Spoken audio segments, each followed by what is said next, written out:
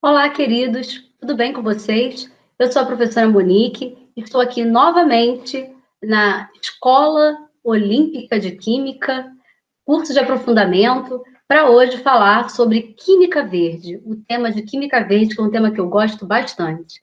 Então, vamos começar. Como falei, eu sou a professora Monique, professora do Instituto de Educação da Rede FAETEC. Vocês já tiveram aula comigo semana passada, então eu vou pular minha formação. Modero a página do Inclusive Química, que eu espero que vocês já tenham começado a nos seguir lá. Uma página que se presta a fazer divulgação científica, educação química inclusiva. E aí eu começo aqui a minha fala pensando o porquê que a gente vai falar de química verde e qual é o contexto em que a química verde vai ser criada.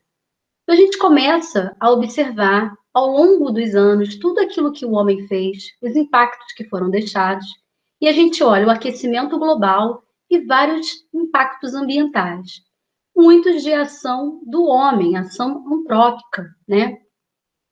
Então, a gente vai começar a pensar, dentro aí do aquecimento global e dessas mudanças climáticas, existem intempéries, né, do tempo, né, que assolam as populações de uma forma cada vez mais intensa e em escala global. Não é só aqui no Brasil, isso é mundial, né, é o globo. E aí a gente pode pensar, na dinâmica climática, no modo geral, o nosso planeta ele vem sofrendo alterações muito antes das sociedades industriais, né? Existem vários documentários que relatam isso, o aquecimento e a resfriação do planeta, né? O resfriamento do planeta, muito antes da ação do homem. Acontece que a gente pode pensar e citar pequenas variações no movimento de translação, a queda de meteoritos na superfície do planeta, grandes erupções vulcânicas, as fases de aquecimento e resfriamento da Terra, planeta. Isso já é uma dinâmica climática natural, né? Qual é a polêmica aqui?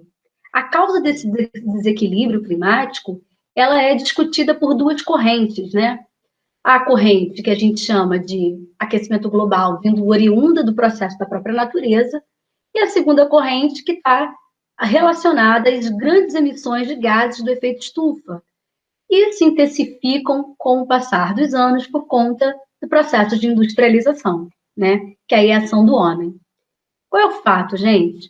O fato é que, considerando o clima da Terra, né, o seu resultado final aí, em parte da interação dos seres humanos que habitam, é muito difícil a gente negar que derrubar a floresta, modificar as águas marinhas e toda a nossa atmosfera não tem nenhuma contribuição para a mudança climática, né? O homem ele está fazendo algumas ações não legais para o meio ambiente. Aqui tem uma foto, só para vocês terem uma ideia, da pecuária extensiva na Amazônia Legal, um lugar onde era para estar uma série de florestas, né, de flores, de árvores. Aí a gente tem aí o gado pastando, né, que causa aí o desgaste, a lixiviação do solo. É bastante preocupante essa ação. O que a gente está fazendo com a nossa casa, com o meio ambiente, o que a gente vai deixar para as futuras gerações. A ONU, né, ela já fala na existência de 50 milhões de migrantes do clima. São aquelas pessoas que são refugiados ambientais. Elas saem do lugar onde ela mora porque não tem mais como viver e ela vai para outro país, outra região. São os refugiados ambientais, né? No relatório mundial da ONU, né, isso aí está bastante pautado. E aí, segundo a ONU, né, uma população crescendo em ritmo menor é um dos fatores que pode contribuir para desacelerar o aquecimento global. Isso é um pensamento chamado ecomalthusiano, né? E aí tem os críticos, que são os reformistas. Eles pensam em quê? Na distribuição de renda e não no controle da natalidade como um fator que iria corrigir e correlacionar todos esses desequilíbrios sociais. E aí ficam essas duas correntes aí se contrapondo, né? Com relação à dinâmica climática do nosso planeta, ele é resultante, né, da atuação de alguns atributos, como temperatura, umidade, a pressão atmosférica do ar, além, né, da interação de diversos fatores que vão variar de lugar para lugar, depende do lugar que a gente está na Terra, na superfície. A relação entre esses elementos e os fatores do clima vai ser responsável por fenômenos como a existência da nossa biodiversidade e pelo efeito estufa. E a gente tem que pensar o efeito estufa como um processo natural, ele provoca o aquecimento do planeta. E as alterações climáticas, elas são comumente associadas ao fenômeno do efeito estufa, que se ele não for devidamente entendido, ele pode ser taxado como grande vilão, como na verdade não é. Ele já é um processo natural, né? A ação do homem que acelera ele. O efeito estufa, ele é um regulador térmico natural. Sem ele, a temperatura da superfície, ela seria durante o dia muito quente, né? E durante a noite muito frio. Então, o efeito estufa, ele é importante para dar esse aconchego no planeta, né? Ele é um instrumento, né? O efeito estufa é um instrumento mediante o qual a Terra oferece uma temperatura média constante necessária para a gente poder viver bem aqui no planeta Terra, né? Então, os raios solares batem, tem aquela reflexão, faz aquela bolinha de calor para a gente poder viver, né? Os gases de efeito estufa, né, por sua vez, com relação à parte da atividade humana e que emite muito gás, a gente pode ver aí o grande vilão, né, os transportes, com 27%, por isso que algumas cidades europeias, cidades pequenas, ecocidades, eles incentivam o uso de bicicleta, né, pedalar, então você emite menos gases tóxicos e ainda faz atividade física. Difícil fazer isso numa grande cidade como o Brasil, como o Rio de Janeiro, né, aqui no Brasil, que para se deslocar de um lugar para o outro, tem que cruzar uma Avenida Brasil. E aí, cruzar a Avenida Brasil de bicicleta é perigosíssimo. Não façam isso, crianças. A construção também, 20%. Agricultura, 16%. Tem indústria com 21% de liberação de gases de efeito estufa. Ainda temos aí energia, né? A produção de energia e desperdício, né? São os outros. E aí, os principais gases causadores aí do efeito estufa, a gente pode citar o dióxido de carbono, o gás carbônico, ou anidrido carbônico, que aí a gente pode falar como ação humana, as energias fósseis, né? Carbono, petróleo, gás, os carros, as indústrias emitem bastante.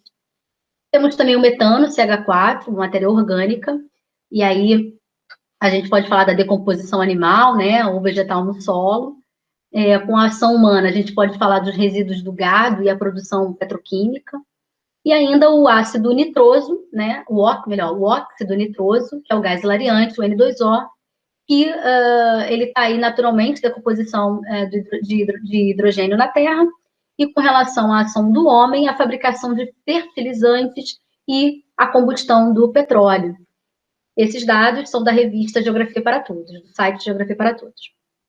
E a gente tem aqui o percentual desses óxidos, né? O dióxido de carbono em 75%, o metano 16%, o óxido nitroso 9%, e ainda outros 1%, outros gases em menor quantidade. E a gente pode afirmar que a intervenção humana, ela vem contribuindo e muito para o aquecimento global. Não tem como a gente fechar os olhos para isso. Não tem. O painel intergovernamental sobre mudanças climáticas, o IPCC, ele tem uma tese de que o atual aquecimento global ele é fruto das emissões de gases de efeito estufa no período pós-industrial.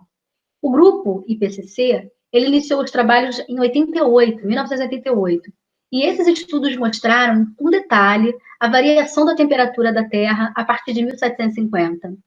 E relacionam o aquecimento global diretamente com o aumento progressivo de emissões de gases do efeito estufa, com o processo da industrialização.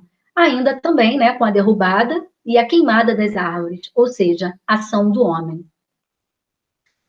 E aqui a gente tem que pensar, por que o homem faz isso? Qual é a ideia, né? Qual é a mentalidade? A mentalidade é uma mentalidade de sociedade de consumo, que visa lucro, esquece o futuro das gerações, explorar ao máximo a terra, né? Isso gera pobreza, porque gera desigualdade social, e aí a gente fala sempre da má distribuição de renda. Né? A gente tem sempre um porquinho ficando muito gordo, dos banqueiros, enfim, dos donos dos meios de produção, e os pobres cada vez mais endividados e fazendo prestações, né? E a classe média ali no meio, atachada, pagando um monte de impostos. Parece aula de geografia, né, gente? Mas é.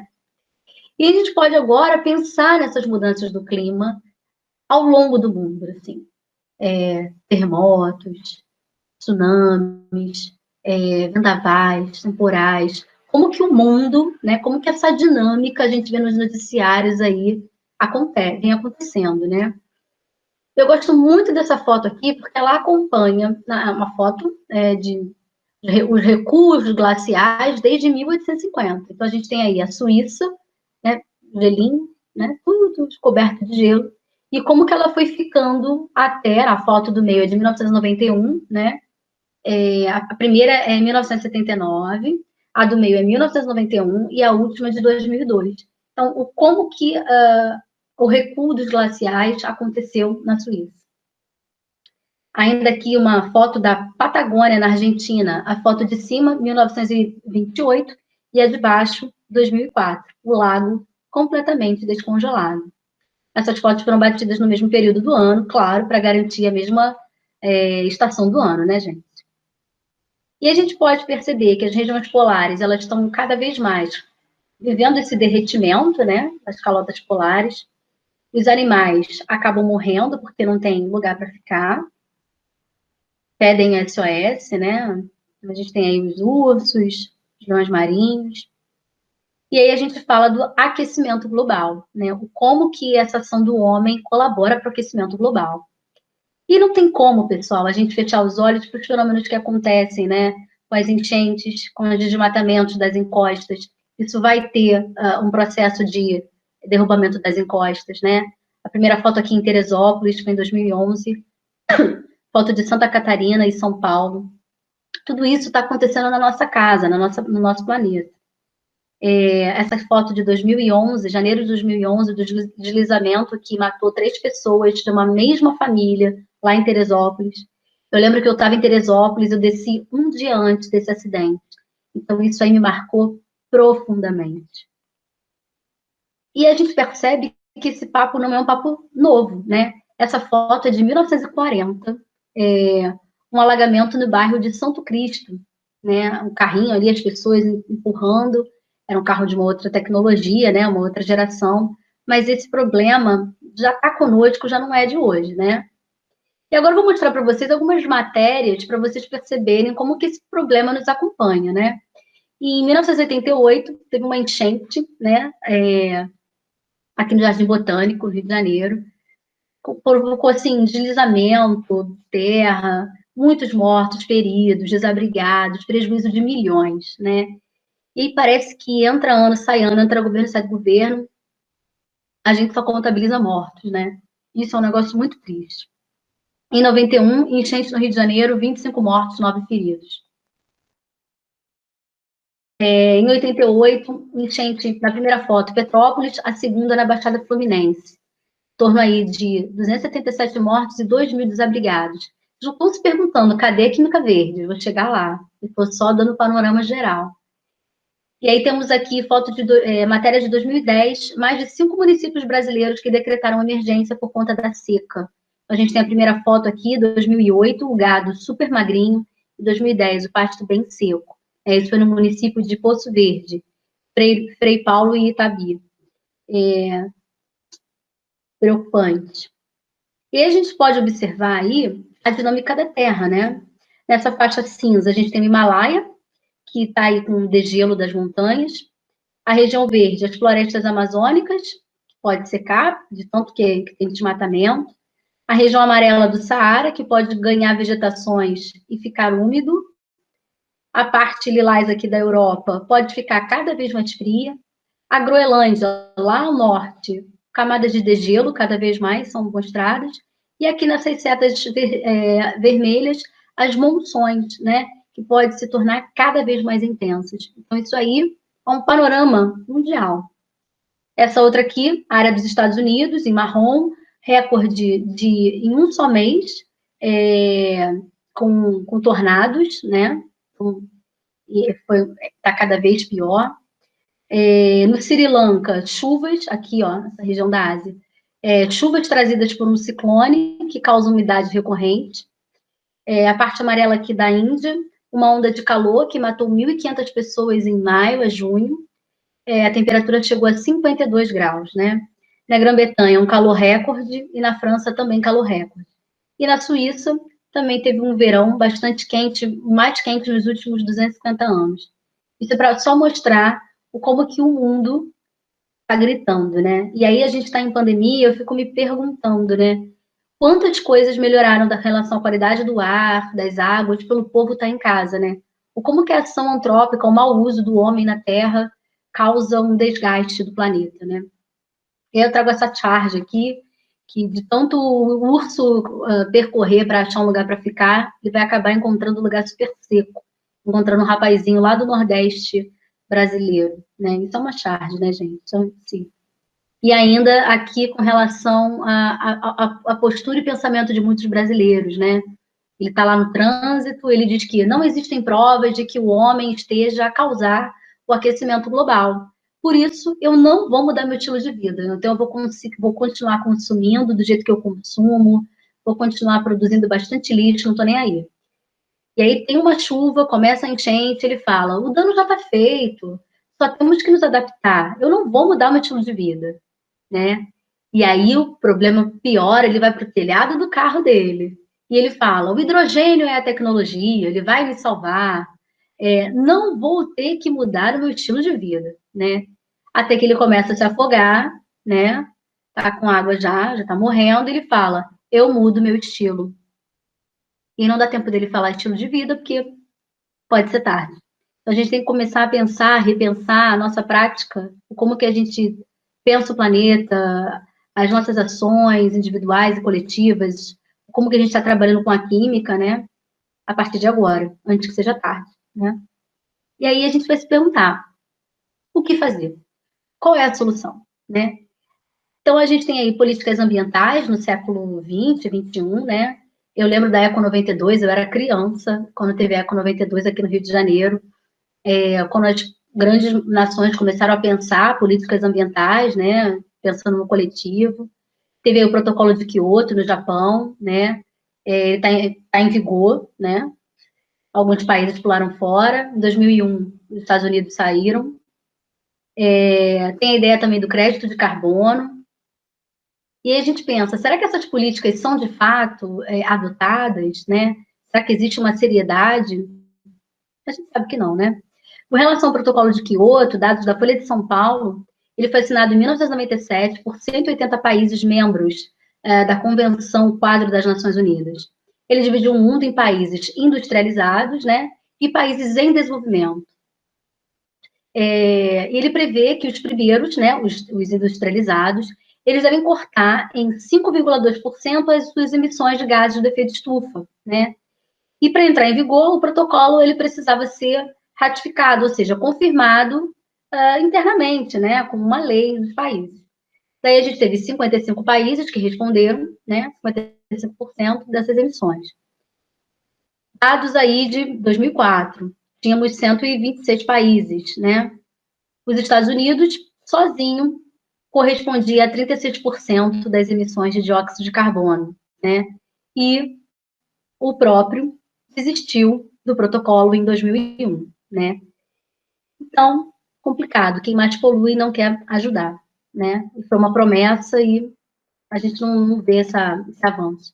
Se a gente for fazer uma linha do tempo, desde 1990 até o ano atual, 2020, né? A ideia com relação ao crédito de carbono era diminuir essa conta, né? A conta do clube do carbono, né?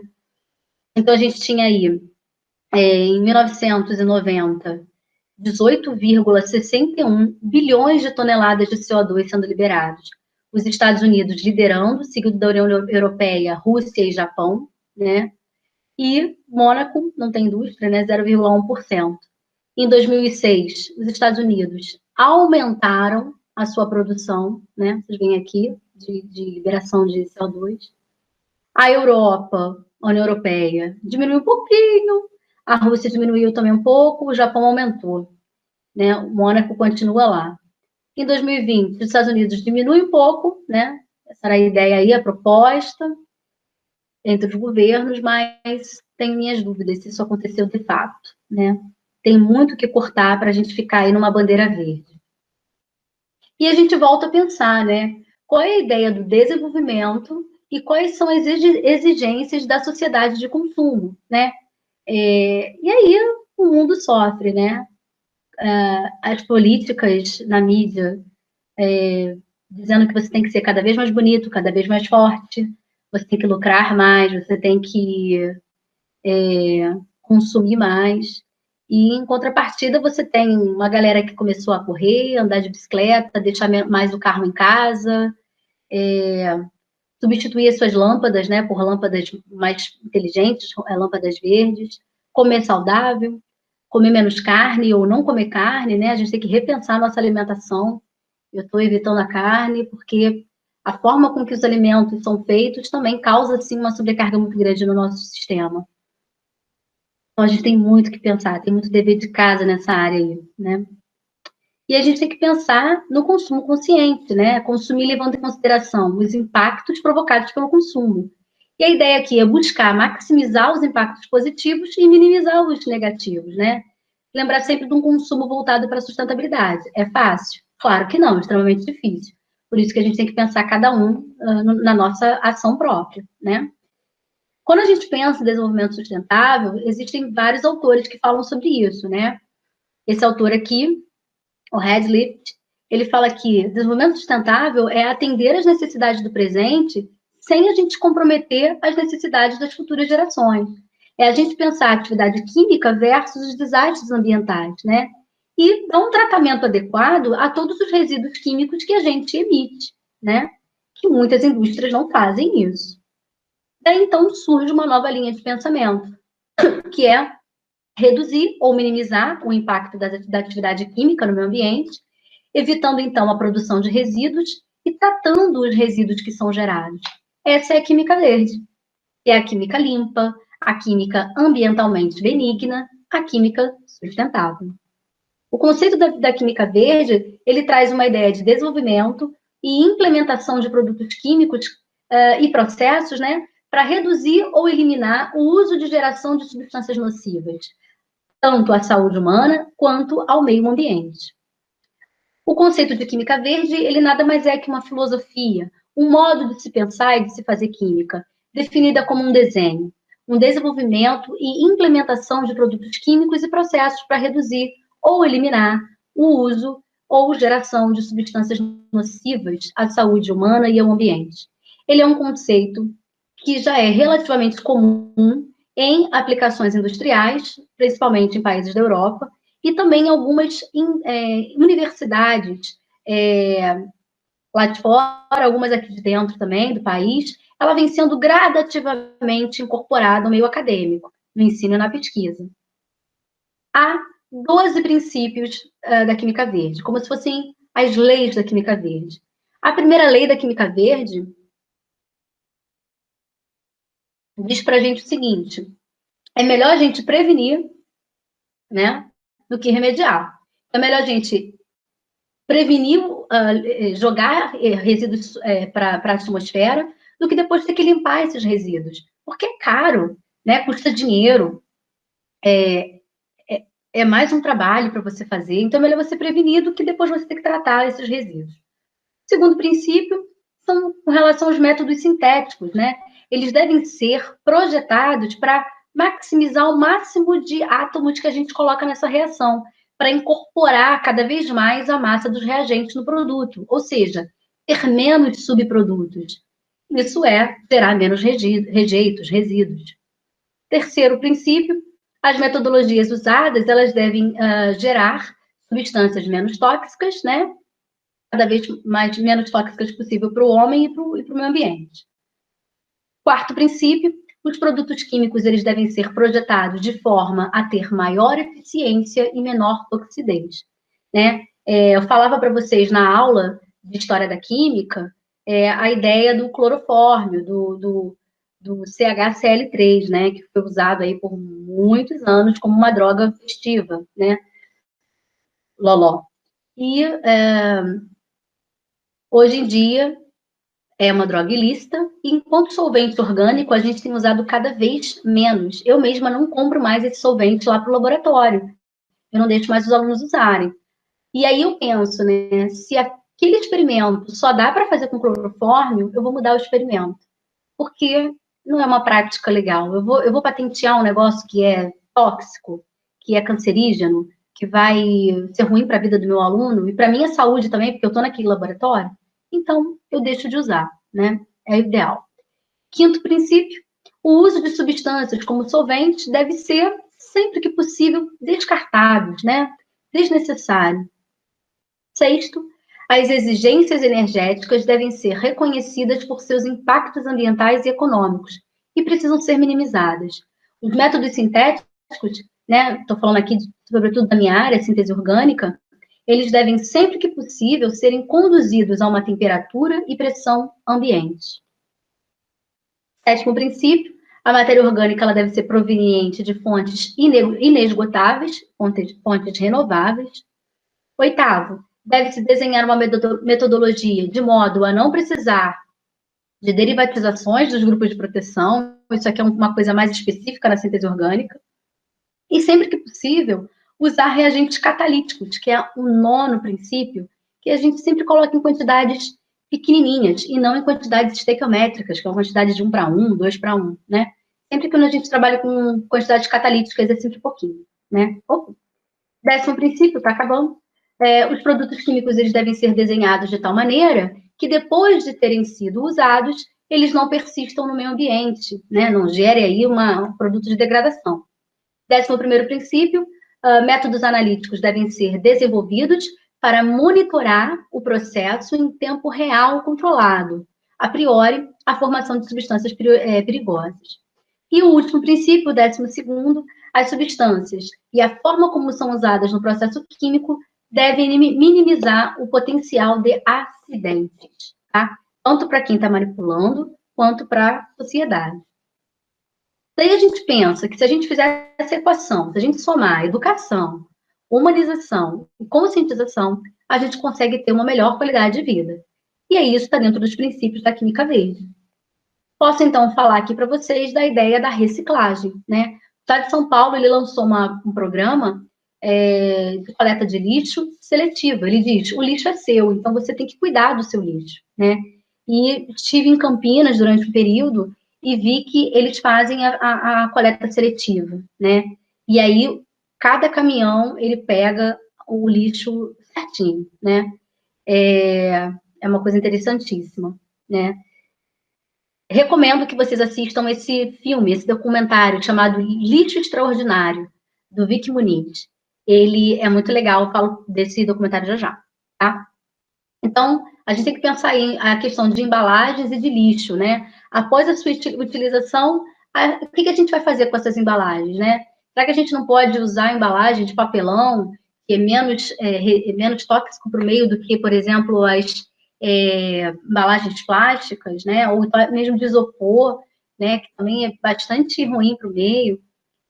O que a gente pode deixar de comprar? Será que as empresas não poderiam começar a pensar em mudar as suas embalagens, o tanto de plástico que a gente libera, né? Isso é muito ruim, a gente tem que pensar sobre isso, né? No Brasil, 76% do lixo não recebe nenhum tratamento e vai parar no aterro sanitário. E lá no aterro sanitário gera um outro problema, porque tem doenças, né? Chega uma hora que aquele lugar não vai aguentar a quantidade de lixo, o solo pode ceder, né?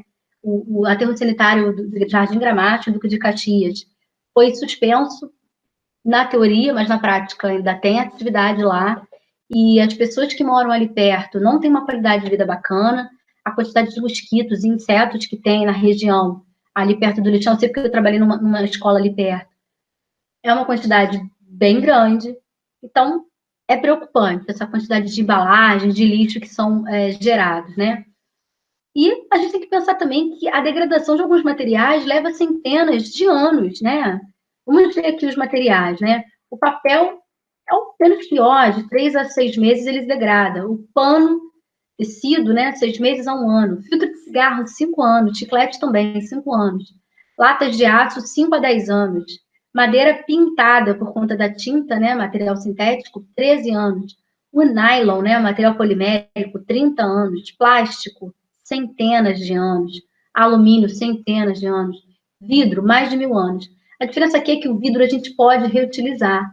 né, uma garrafa de vidro, a gente pode utilizar com água gelada na geladeira, botar água geladinha na geladeira. É melhor do que garrafa PET. Né? Garrafa de plástico é bastante ruim de ficar guardando isso na geladeira, porque com o tempo o plástico vai liberando algumas substâncias para a água e a gente vai bebendo essa água com material sintético. Isso não é bom, tá? Bom, a coleta seletiva é uma ideia, né? É difícil fazer, né? Eu já vi lugares aqui no Rio de Janeiro, lá na faculdade, fazendo, e aí o caminhão de lixo passava e juntava tudo. Ou seja, não adiantava em nada fazer separar direitinho, né? Então precisa ter uma consciência das empresas que coletam esse lixo, né? Consciência geral. Falei da campanha de São Paulo, né? A campanha de coleta seletiva, ela é bem bacana. Com relação à gordura, a gente pode fazer reciclagem da gordura, do óleo que a gente usa na nossa casa, né? Fazendo sabão, que é uma reação de saponificação. Você guarda a quantidade de óleo, né? Que é um éster, reage com NaOH, hidroxóide, mas aí sugiro que vocês não façam isso em casa. Pede sempre para um professor fazer com vocês, né? Essa reação vai formar o sabão, que é um sal orgânico, né? E ainda tem um subproduto que é o álcool, o etanol. Então, é importante a gente reciclar, né? Hoje em dia, ninguém faz isso em casa, né, gente? Tem centros de coleta de óleos. Esses centros destinam para quem vai saber fazer isso aí de forma correta. E aí, então, faz o sabão e distribui para as comunidades, né? É melhor do que você fazer em casa e se acidentar, porque o soda cáustica é bastante perigoso, é uma base muito forte, tá? Como eu falei, o documentário do Vicky Muniz, para vocês assistirem, ele trabalha lixo e arte, então é bem legal. Esse documentário ele fez lá em Jardim Gramacho, né, onde eu falei que eu trabalhei perto, lá em Duque de Caxias, no lixão, no aterro sanitário. A ideia dele é pegar o lixo, ele vai montando, ele projeta, né, vocês vão ver isso no documentário, por favor, assistam o documentário que é bem legal. Ele projeta a foto e aí ele vai do data show, de longe, e aí no chão ele vê aquela foto e ele vai colocando o lixo que ele tirou lá, né, arrecadou. E ele tira foto. E essas imagens viram quadros belíssimos. Esses artistas, os modelos, eram os próprios catadores lá do lixão, né? O documentário é muito forte, gente. Esse rapaz aqui estudou na escola que eu trabalhava. Muito gente boa. E aí, ele aparece no documentário. Ele leva esses quadros para leilão. E na época, foram leilões assim lá fora, né? Cada quadro desse lucrou uma grana altíssima e ele reverteu para essas famílias. Algumas conseguiram comprar uma casa fora do lixão, abrir o seu próprio negócio e não viver mais do lixo. Então, ele, com esse documentário, ele conseguiu, né, lixo e arte, ele conseguiu fazer a parte dele, digamos assim, com aquele micro espaço ali que ele estava trabalhando, né? Bom, com relação a práticas verdes e atividades de pesquisa, eu trouxe um pouquinho do que eu faço em Química Verde, tá? Então, eu desenvolvi um projeto com uma aluna, que também a gente apresentou num congresso, do Congresso Brasileiro de Química em Gramado, e a gente fez perfumes à base de produtos naturais, né? A gente só usou solvente não tóxico, né? A gente desenvolveu esse trabalho na faculdade Souza Marques, que eu leciono, com uma aluna. Essa aluna hoje faz mestrado na PUC, Raquel Fiuza, excelente aluna. E aí, depois que a gente fez essas extrações com a base de cascas de cítricos e algumas especiarias, a gente foi fazendo um blending e fomos fazendo perfumes à base de produtos naturais. Perfumes assim que era bem legal. Como ela trabalha na área, ela era perfumista, ela sabia qual era a nota doce, a nota cítrica, ela sabia fazer a composição, né? Uma coisa canforada, que vem do alecrim. Então, ela fez 7 tipos de perfumes, mudando a proporção de todos aqueles produtos naturais e óleos essenciais que a gente extraiu. Foi bem legal. A gente fez extração a quente com extrator Soxhlet, que é esse que está na foto. Tá? Foi bem interessante. E aí a gente apresentou, né, na ABQ. Fizemos também um projeto com cosméticos verdes e veganos, fazendo a extração de corantes naturais, né? A gente extraiu, por exemplo, de cúrcuma, de beterraba, até de feijão a gente conseguiu extrair corante. e a gente fez a incorporação disso em alguns esmaltes, só que eu não posso falar muito não, porque isso ainda não foi patenteado, mas foi um projeto bem legal também, a gente apresentou na SBQ regional, que foi na PUC. Foi bem legal isso. Esse trabalho eu gosto muito, que são os saberes populares, fazendo saberes científicos. Eu desenvolvi esse projeto com uma aluna minha, que eu orientei na UERJ, que é um projeto que a gente fez repelentes à base de produtos naturais, também com alunos lá do CIEP. Esse lugar tinha muito mosquito, era um lugar sem saneamento básico, e os alunos nem se incomodavam, eles nem sentiam que tinha tanto mosquito ali. E eu me lembro que eu cheguei a falar, nossa, gente, tem muito mosquito aqui nessa escola, eu saía de lá toda picada. E a gente fez esse projeto, eles levaram para casa, né, a gente fez em quantidade grande para eles levarem para casa, e eu ainda distribuí por toda a escola. E quem deu feedback para a gente foi o pessoal do material pessoal da limpeza, né, as meninas da limpeza, porque elas falaram que o refeitório estava com menos mosquito, o banheiro das professoras, a sala dos professores, então esse repelente para o ambiente foi bem legal, e esse projeto entrou como TCC da minha aluna Andressa Muniz, lá da UERJ, e a gente está escrevendo esse artigo brevemente, se Deus quiser, vai sair. Também fizemos um trabalho com produtos naturais à base de chá de boldo, que ela apresentou no ENEC. Esse evento aconteceu em Rio Branco, em 2018, no Acre. Eu não fui, quem foi a Andressa, representando o trabalho, foi bem legal. Esse é o certificado que a gente recebeu como chá de boldo e a ideia dos saberes populares fazendo saberes científicos. Ou seja, você pode fazer pesquisa de forma verde, de forma natural, sem usar nenhum solvente tóxico, né? E trabalhando no ensino, então isso é bem interessante. A gente também apresentou nesse evento o 13º EDEC, que foi no Rio Grande do Sul, em Canoas. Foi bem interessante também esse evento. E a gente fez a oficina de repelentes de produtos naturais no evento da SBPC, da Sociedade Brasileira para o Progresso da Ciência, quando ela estava fazendo aniversário, né, o ano passado. Foi uma grande feira de ciências na Quinta da Boa Vista, em 2019, e a gente pôde fazer uma oficina que pegou várias faixas etárias, crianças, adolescentes e adultos, foi bem legal, né? Aqui sou eu falando para as crianças, né? Elas fazendo, a gente levou a extração, eles filtraram, eles fizeram os repelentes deles, levaram para casa. Então, é uma atividade que a criançada gosta. Essa foi a menorzinha. Ela fez a filtração, a gente estava ajudando, claro.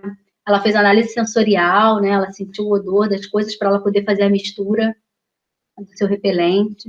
E aqui sou eu e a Andressa, a minha aluna, que fez o TCC na UERJ, né? E ela é minha fiel escudeira. Sempre que a gente faz oficina, ela vai junto comigo. A gente fez com várias crianças, foi bem interessante. Essa foi a menorzinha de todas. Eu acho que essa menina tinha 2 aninhos. E ela era uma graça. E foi uma atividade inclusiva, né? A gente conseguiu fazer com essa menininha, que ela tem síndrome de Down. Então, uma atividade que a gente consegue fazer com todos os públicos, independente da sua condição, porque é uma atividade guiada e a gente consegue fazer e todos os alunos conseguem assimilar. E esse rapaz, ele é autista, né? Esse fone no ouvido é porque o excesso de barulho atrapalha os autistas, eles saem da organização deles. Então, ele era autista, mas ele também fez direitinho o trabalho dele. Com os adolescentes, né? Eles também fizeram. Esses já estavam na faculdade, alunos do Cefet, também fizeram aí o repelente. Um outro trabalho, né? Agora mudando de trabalho, esse trabalho a gente apresentou no encontro da Escola Brasileira de Química Verde, que foi lá em Uberlândia. Quem levou esse trabalho foi meu aluno, Taylor. Nós trabalhamos cinética de reações químicas com reação de esterificação do ácido succínico, usando diferentes tipos de álcool. Então, a gente não usou nenhum solvente tóxico aí, né? Nenhum material orgânico aí era tóxico. Então, foi bem legal esse trabalho. Levamos para esse evento também a oficina de repelentes de produtos naturais, foi bem legal também. E a minha tese de mestrado foi na área de química verde, né? Eu trabalhei síntese orgânica com reações multicomponentes. São reações, não são reações lineares, são reações multietapas, né? Uma única etapa, na verdade. Então, como é que acontece? A ideia da gente no nosso trabalho, no mestrado, era fazer uma estratégia no campo da química verde para buscar transformações de materiais que fossem mais simples e de fácil acesso. E daí, então, a gente pensou em 3 ou mais materiais que pudessem a gente usar como reagentes, né, para fazer o nosso produto. Qual é a vantagem da gente pensar numa estratégia multicomponente, né? A gente ganha em tempo, em reprodutibilidade e em rendimento. A gente tem rendimentos bem legais. E esse tipo de pensamento, ele vem ganhando cada vez mais interesse no meio acadêmico, porque ele é mais barato, né? Ele é econômico e ele é ecológico, né? Então, qual é a ideia? Existem várias reações multicomponentes. Eu trabalhei com a metodologia de Hans, que é um químico alemão, né? A ideia aqui é trabalhar uma metodologia para fazer dihidropiridinas, que são esses anéis aromáticos aqui, duas duplas e um nitrogênio, né? Isso é uma piridina. Na literatura, havia a metodologia de fazer o produto de Hans usando micro-ondas, né? Esse aqui é um dado da literatura, com rendimentos até legais, né? Mas usando alguns catalisadores não tão legais. Esse outro aqui, também na literatura, né? A gente percebeu que eles fizeram a síntese das hidropiridinas usando iodo molecular. Também rendimentos aceitáveis. Sem o catalisador, 56%, e com o catalisador, 99%, que era o iodo. Então, isso ia dando. A gente ia vendo na literatura que a gente tinha campo para explorar, né? Ainda na literatura, a gente viu um grupo de pesquisa que trabalhou com leveduras, né, para catalisar as reações de hidropiridinas, também bastante interessante. E aí, na minha dissertação de mestrado, o meu objetivo era desenvolver uma rota verde para sintetizar as dihidropiridinas, só que o meu solvente era água, isso mesmo. E aí vocês ficam pensando, como assim água, que é polar, vai solubilizar a matéria orgânica, que é apolar, né? E esse foi o grande barato do projeto, a gente teve uma série de ideias para poder fazer e a gente conseguiu, né? E aí, por que a gente queria fazer dihidropiridinas? Por que ela é tão importante, né? Elas são análogas à coenzima NADH, elas são importantes, uma importante classe de drogas, porque são agentes cardiovasculares eficientes no tratamento da hipertensão, também possuem atividades biológicas, atividade antiviral, anticancerígena, antihipertensiva, ela modula cálcio nas células. Então, era um medicamento que a gente estava achando legal a gente mirar dentro da área de química verde, química medicinal. Como resultados, eu usei a metodologia de Hunt, usando multicomponentes, né, POT, né, a reação no meu aquoso sem isolar em uma etapa só.